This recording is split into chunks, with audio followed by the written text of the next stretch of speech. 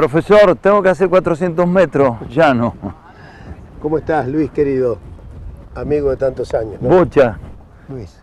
¿cuánto tiempo viniste acá o seguís viniendo? No, ¿Sabes que yo me acuerdo de esto? ¿Te acordás cuando tenía la tribuna ya? tenía la tribuna y tenía... tenía los vestuarios, ¿te los acordás? vestuarios y en sus mejores épocas un restaurante en ese lugar. Tenés razón, Sí. tenés razón. Sí. Y Tenés razón, una época tenía restaurante. Acá veníamos con la escuela. Nos traía Barco, Oscar, González, el negro González de Punta Alta. ¿Rogelio era? Rogelio, el profesor Rogelio González. Rogelio González. Exactamente. Y veníamos, cuando íbamos a la escuela del ciclo básico, que veníamos con 14 grados bajo cero. ¿Eh? Sí, sí, es verdad. Y No sé si 14, pero... te puedo decir que me trae muchos recuerdos porque acá, en el año 85, comencé mi trabajo en el deporte adaptado, por llamarlo, con personas ciegas y disminuidas visuales. Allá por el 85, mi ingreso al Acá Centro había Braille, mucha actividad. y acá empecé. Sí, la acá verdad. había mucha actividad Y atlética. acá la actividad estaba acá, centrada, hasta que se construyó la pista del complejo Las Tres Villas. De cualquier manera, yo recuerdo que no solamente había actividad federada acá con la pista, la famosa pista del Club Estudiantes, sino porque venían las escuelas como nosotros a hacer gimnasia, Sí, ¿no? se utilizaba muchísimo. Muchísimo. Muchísimo. Acá una vez recuerdo competí, no me acuerdo si era Barco o Rogelio González, una especie de intercolegial, algo por el estilo. Bueno, ¿y te acordás que Creo que todo competía en la de 400 metros. intercolegiales esos? Intercolegiales. Y estaba toda cercada. Sí. Toda cercada, teníamos el cajón de salto en largo en la recta principal, estaba Claro. la zona de lanzamiento. Era una pista de atletismo que se cuidaba en Y aquel momento. después acá también en una época venía a jugar al fútbol, porque había una cancha. Correcto, creo que era del Club Estudiante, o el Club Estudiante había concesionado esta parte y en ese momento creo que tuvo inferiores, me parece, el Club Estudiante No, tanto en la no Liga me del acuerdo, Sur. pero yo me acuerdo, recuerdo que veníamos acá a jugar a la pelota, a jugar al Mm. fútbol exactamente, en una cancha así como está ahora, Sí, como en el medio, gramilla, ¿no? Exactamente.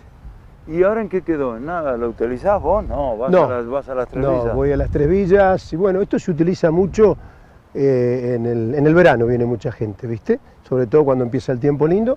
Y acá en el mes de febrero muchos equipos hacen trabajo de pretemporada, ¿viste? Muchos ligas, fútbol amateur, equipos de hockey de diferentes clubes de Bahía. O sea, lo que te diría, febrero y marzo tiene bastante actividad y después la gente habitualmente viene al parque, ¿viste? A hacer una actividad. No, aparte, claro, ¿Eh? tener ahí bicicleta. Por eso, podés y andar. como estamos viendo, aquel muchacho está corriendo. Sí, no todavía. sé si no está entrenando, pero está corriendo. Sí. ¿Cuánto tiene la pista? 400 metros, sí. Ah. Pero bueno, en un momento hubo una persona que le hizo todo el borde interno nuevamente, ¿ves?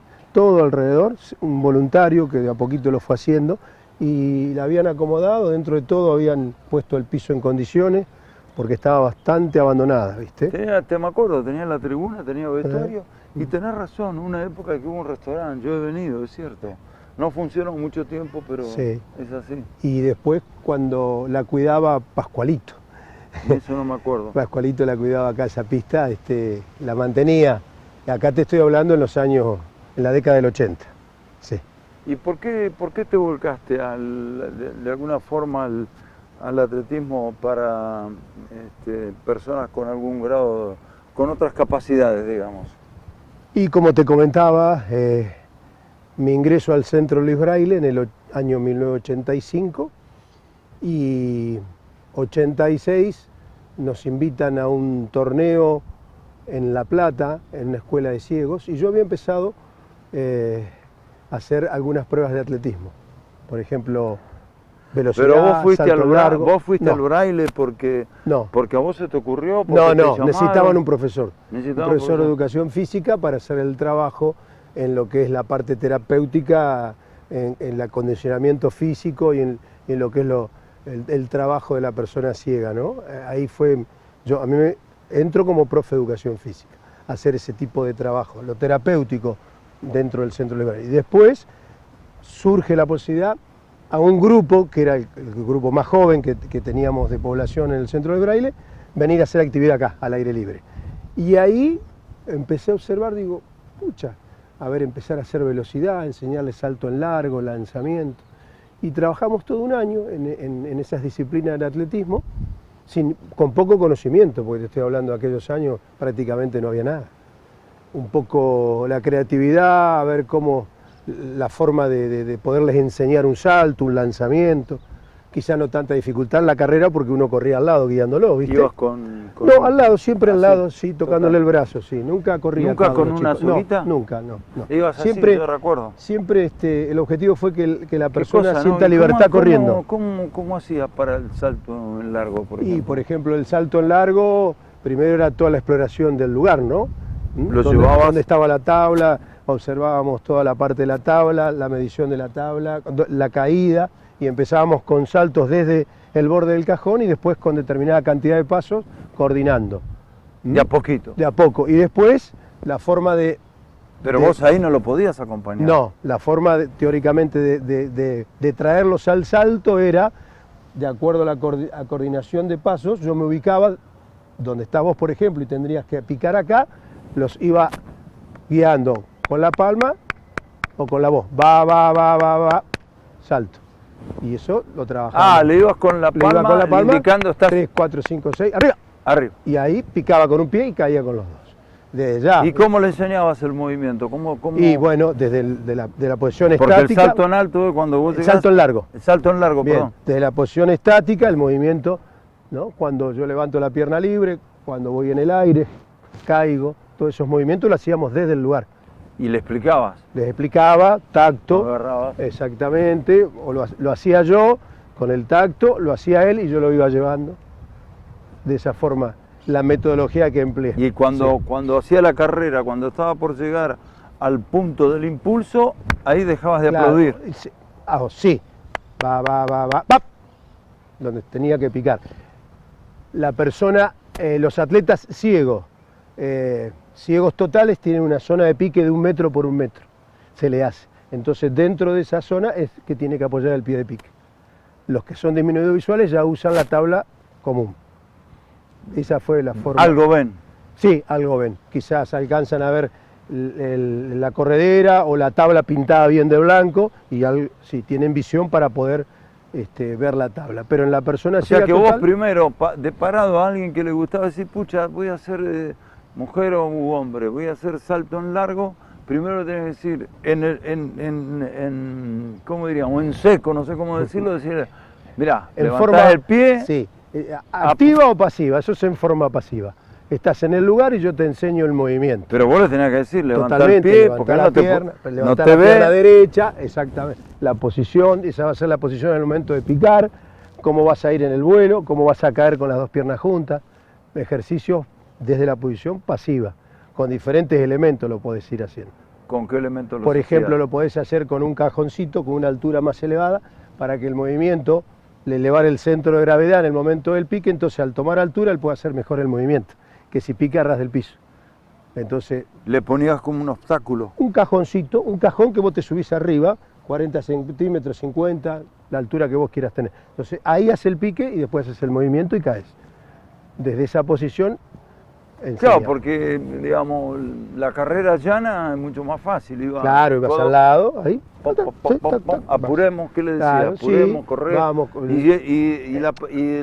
La persona, el hombre o la mujer, te decía, che, ¿puedo ir más rápido? Y bueno, pero bueno, ahí está el tema de que el guía tiene que entrenar con el guía, porque habitualmente el guía tiene que tener más velocidad que el atleta, que el ciego, porque si no lo vas a frenar.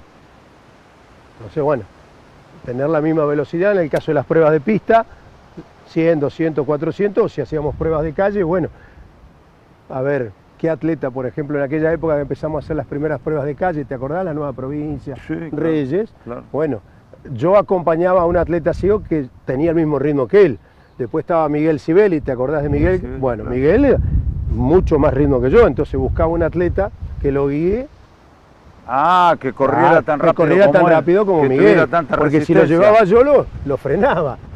Entonces, ¿A vos te llevaba? no lo podía seguir. Entonces, Mirá, estamos en Bahía, ¿no? Estamos en Bahía. Entonces, bueno, buscábamos un atleta, entonces el atleta lo acompañaba. Generalmente participaban 4 o 5 ciegos, por lo tanto hubo mucha gente que colaboró como guía. y gente, atletas o exatletas, y que siempre se ofrecían. Y era un gran desafío para ellos decir, bueno, me venía y me decía, Mocha, yo quiero acompañar a una persona ciega en una carrera, ¿viste? Y era como un desafío para ellos, ¿no? Y una emoción, bueno, haberla acompañado, mucha gente que ha hecho eso, la verdad que hoy en día me encuentro y siempre me dice gracias por haberme convocado para acompañar a algún ¿Y qué otra atleta prueba? ciego. ¿Qué otra prueba entrenamos Y acá? lanzamiento, ¿Qué otra disciplina? Lanzamiento en aquel sector estaba la zona Eso de también, lanzamiento. ¿cómo hacía? Lanzamiento de, ¿cómo se dice? De la bala. De lanzamiento de bala. Claro. Lanzamiento del martillo, que tenés que dar 2 vueltas, No, agarrarlo así. no, el martillo no, del disco, perdón. Disco, los atletas ciegos hacen disco, bala y jabalina. Martillo todavía no están haciendo. Jabalina. Jabalina. Primero, orientación, un gran tema de las personas ciegas. Por eso, bueno, ahí está el trabajo que uno hace dentro de las actividades terapéuticas. Orientación, movilidad, soltura, todo eso se va. Porque si no, claro, bueno, estoy entendiendo lo que quiere decir. Si no, la bala salía para cualquier lado. Entonces, la orientación del espacio, explorar el espacio donde vas a lanzar. ¿Dónde vas a lanzar? En una zona que tiene un contenedor, con la mano tocando todo. Acá no está, pero tocábamos todo el círculo, donde estaba el contenedor, hacia donde tenías que lanzar. Rodeado por el alambre. Ahí, alrededor, y ahí la zona. ¿Hacia dónde vas a lanzar? Con mano derecha o con mano izquierda, y primero los lanzamientos desde el lugar. Y después los lanzamientos... Tomando carrera. Con el desplazamiento de acuerdo a la técnica que vos enseñes. Algunos lanzaban directamente en esta posición, por ejemplo, lanzamiento de bala, en esta posición. Otros lanzaban haciendo un movimiento lateral. Y algunos llegaron a lanzar con el giro también. Pero el giro, bueno, es mucho más complicado, hay que trabajarlo muy bien. El disco lo mismo. Algunos lanzaban disco de la posición estática, de esta posición, disco. Otros giraban. Y jabalina desde el lugar. La jabalina lo que teníamos que coordinar era la cantidad de pasos hasta donde es la zona. ¿Cómo hacías? Ahí también hacías. Ahí también, 4, 5, según la cantidad. O algunos directamente lanzaban en posición estática. Sin tomar carrera. Sin tomar carrera, sí, desde el lugar. Depende de la dificultad también. Salto en jabalina no. No. Salto en alto y en jabalina no. Alto sí. Alto sí. Sí. Y alto, sabés que lo enseñé alto. Teníamos un atleta que era muy bueno saltando alto, pero bueno, yo le enseñé una técnica que ya no se utiliza mal, que es el barre and roll o el ventral. Supongamos que vos tenés la varilla acá, ahí, el atleta viene de este lado izquierdo, pica con el lado izquierdo, gira arriba de la varilla y cae del otro lado. ¿Te ubicás? Sí. Subo, ahí estoy picando, giro y caigo. Ese es el estilo que le enseñé. El que se utiliza ahora es el flop, de espalda. Claro, van todo de costado de espalda. De espalda, pero era muy difícil y no lo entendía, entonces ventral, le enseñé. ¿Cómo se lo enseñé? Le digo, ¿alguna vez te subiste a un caballo? Sí, no, bien, no. Vamos a ver, te voy a subir a un lugar donde vos, teóricamente, la pierna la extienda, pases por arriba y te caigas del otro lado. Ah, claro. ¿Entendés lo que te digo? Claro. Entonces poníamos un obstáculo así, se agarraba, una valla, que había una valla, la subo y caigo del otro lado. Colchones, ¿no? Sí. Y así empecé. Después, tocando la varilla, desde esta posición. Salto. 1, 2, 3, y ahí. 1, 2, 3, arriba. Salto, arriba. ¿Y lo fue practicando? Saltó 1.35. Rubén López, un gran atleta. Bahiense. Bahiense, sí. ¿Y seguís con eso? ¿O no, ya no tanto? No tanto ya, no.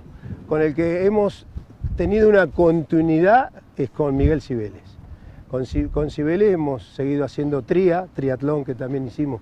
Bueno, ¿me lo contás en un rato? Listo, cómo no. Estamos con el señor Carlos Bocha Arias, además puntero derecho.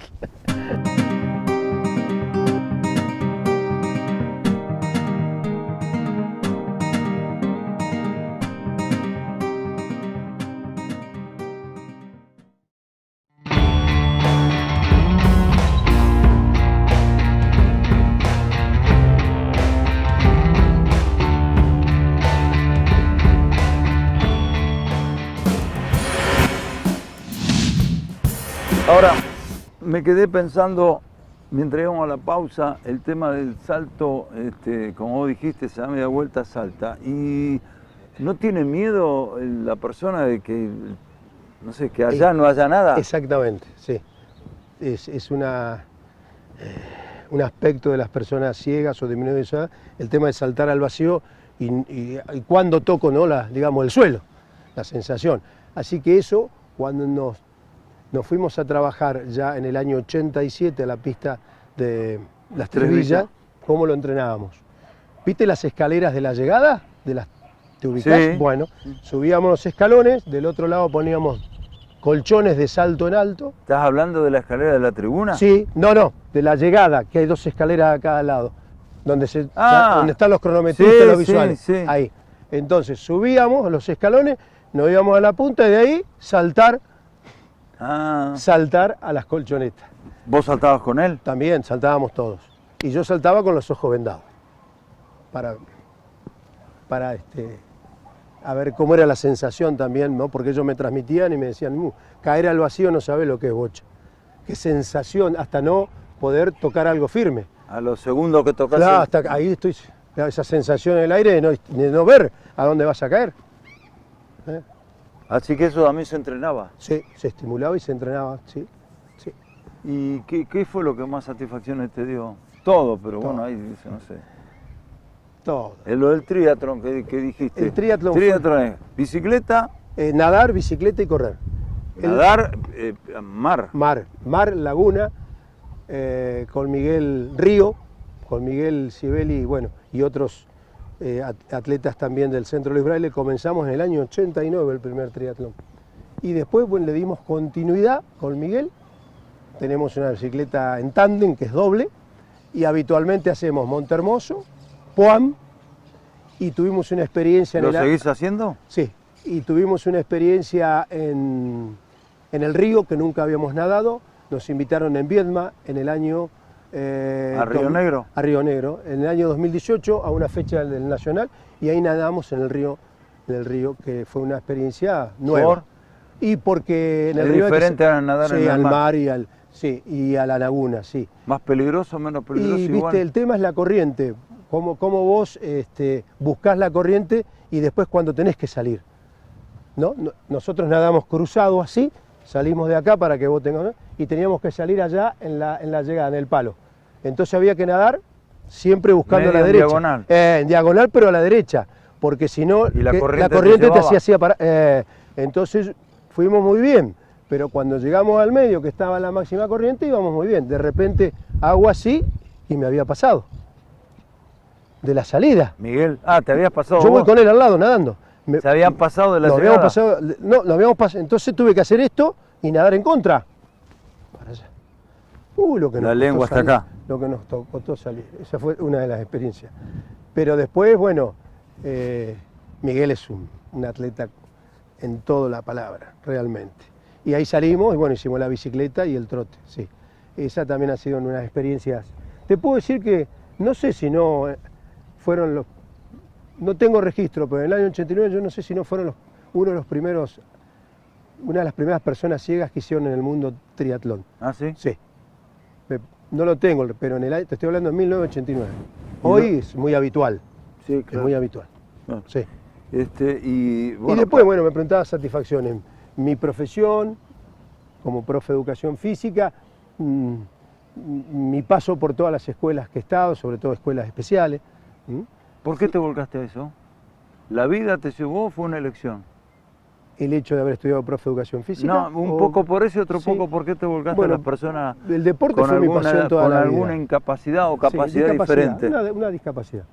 Mira, allá antes de empezar a estudiar educación física, yo vivía en el barrio San Martín, iba por la calle Undiano.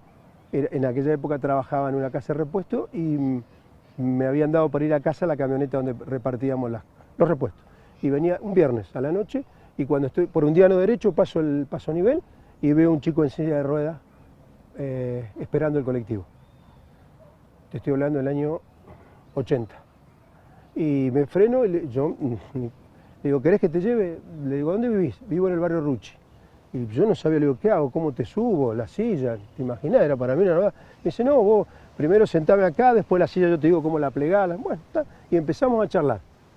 Y me dice, le digo, ¿vos haces alguna actividad de eso? Dice, sí, yo juego al básquet en Duba. En Duba. Con Lunasi. En Duba. Le digo, ¿dónde entrenan? Me dijo, en aquel lugar. Digo, sí, bueno. En aquel momento el básquet en silla de ruedas era prácticamente el único deporte que se practicaba para personas con discapacidad, salvo algún otro más, por ahí arquería, pero el básquet en la Argentina, que Pablo Lunasi estuvo en la selección argentina, fue campeón del mundo. Pablito. Exactamente. Bien. Así que ahí me picó el bichito y cuando voy a ver el entrenamiento lo conozco a Mario López. Ah, claro. Marito, ya habían hecho la rehabilitación en Nidel y se juntaron para jugar al básquet. Y ahí, bueno, me quedo, entro a estudiar educación física, ingreso en el año 82, Malvinas, estudié 82, 83 y 84, carrera de 3 años y me recibo en el 85. Y ahí surge la posibilidad de entrar, como te contaba, al braille. Al braille. ¿Y nunca más te fuiste? Y nunca más me fui. Y después, bueno... ¿Seguís yendo al braille? No, sí, a visitar, sí, cómo no, sí, tengo unos grandes recuerdos ahí. Pero bueno, después lo conozco a Gustavo Barberón, a mi gran amigo, sí. En el año 90-91, y me propuso ir a trabajar a Duba. En ese momento, deporte de personas con parálisis cerebral, lesiones medulares, no conocía mucho. Así que bueno, me capacité, entré a trabajar en Duba y ahí empezamos a participar de los torneos nacionales. En atletismo, ¿Cómo fue la capacitación? A ver, no es lo mismo una persona con una... yo hice cursos en Buenos Aires. Pero una persona ciega, con una persona con algún... Con una lesión neurológica, exactamente, por ejemplo. no es lo mismo. No es lo mismo para nada, no. Así que tuve que aprender otra vez. Yo me había teóricamente especializado en ciegos, pero tuve que aprender todo esto que decís vos. Lesiones neurológicas, que son parálisis cerebrales, lesiones medulares en la columna, amputados. ¿Y cómo trabajás para convencer a una persona que puede hacer una actividad deportiva y competir? Ese es un gran desafío. Muy buena pregunta. Las preguntas mías son todas buenas. Muy buenas, Luis. Es un gran desafío. Son como los centros. Sí, igual. Y los goles que haces. Es todo un tema porque, sobre todo si uno observa un niño, un adolescente con una determinada discapacidad que puede tener o condiciones para un deporte, ir a hablar con la familia y comentarle todo esto, ¿no? ¿Qué posibilidades tiene a través del deporte de mejorar realizarse, de calidad de vida, de socializar más? Porque el deporte es eso, sí, claro, ¿no? Claro. Y la salida que es el deporte. Entonces, por ahí las familias cuesta mucho esto de aceptar, llevarlo a un deporte. Tengo un hijo amputado. Sí, para que juegue al básquet se tiene que sentar en una silla. No, pero mi hijo no anda en silla. ¿Me entendés cuál es el mensaje? Pero bueno, va a ser después, termina de jugar al básquet, se pone la pierna y sigue caminando. Por supuesto. Pero si quiere jugar al básquet en silla de ruedas, y así los deportes que tienen que hacer. Ya un adolescente, pero por eso, con un adulto, un chico, un adolescente, un adulto, por ejemplo, con un problema, sí, neurológico, o tiene un accidente. Es una capacidad neurológica, una capacidad, una lesión medular que... Totalmente, tuvo un accidente de grande. Yo voy y me acerco y le digo, mira, vos podés hacer un deporte, ¿te gustaría? No, pero yo así, bien, ¿qué deporte podría hacer? Estás en una silla, tenés una lesión medular, podés nadar, podés jugar al básquet en silla de ruedas, podés hacer arquería, podés hacer atletismo, mirá qué amplio el espectro. Podés jugar al rugby en silla de ruedas, mirá que... Mirá. Acá hago así porque en la esquina hay un chico amputado, jovencito, que vende cosas acá en Florida y Alén, y siempre me paro, profe, le digo, tenés que venir a jugar al fútbol. Hay fútbol para amputados. Claro. Claro. Sí. Tenés que venir a jugar al fútbol. Y, profe, lo que pasa, 21 años, un accidente con la moto. Cada vez que lo veo me saluda, ¿viste? Y bueno, en la calle yo voy así, ¿viste? Cuando veo a alguno me bajo y le digo, ¿viste? ¿Y entrenás a pibes que quieran jugar al fútbol, por ejemplo? Teníamos dentro del proyecto municipal que estamos llevando a cabo un espacio de fútbol para amputados. Con un profe, con Fabián, lo estábamos trabajando, sí. Pero bueno, yo te digo, el hecho de cómo vos le explicás a una persona... Si te entendí, me quedó repiqueteando en la cabeza. Sí. ¿Por qué decís que es tiene que haber un gran trabajo de convencimiento para con la familia? Por ejemplo, un chico con un problema neurológico. Sí. Primero tenés que convencer a la familia. ¿Por qué? Porque tiene miedo que le pueda pasar. No, y bueno, por ahí no, el tema de mi hijo tiene una discapacidad y el hecho de cómo va a ser un deporte, ¿no? Quizá no lo entienda y uno aconsejarlo lo beneficioso que es el deporte, desde lo terapéutico y lo deportivo y lo competitivo. Bien, no importa que no sea competitivo, pero traerlo a una actividad y que esté acá en esta pista haciendo una actividad al aire libre, la que pueda hacer de acuerdo a las limitaciones que tiene. No importa si es primero, segundo o último. No importa, exacto. Está con un profesor, tiene el espacio, como tenés vos que vas a jugar al fútbol ahora, como tengo yo, como tenemos cualquiera. Esa es la verdadera inclusión. El espacio para todos, con lugares, con personas con discapacidad o sin discapacidad, no importa. Pero el espacio lo tenemos que tener todo. Entonces, y ahí también vos tenés que tener, el profe, el que enseña, tiene que tener un gran sentido de la paciencia y de la docencia, porque digamos, los resultados se ven a largo plazo, imagino yo, porque vos tenés que explicar y explicar. ¿No? Muy a largo plazo. Muy a largo plazo. Mucha paciencia, sí, mucha paciencia.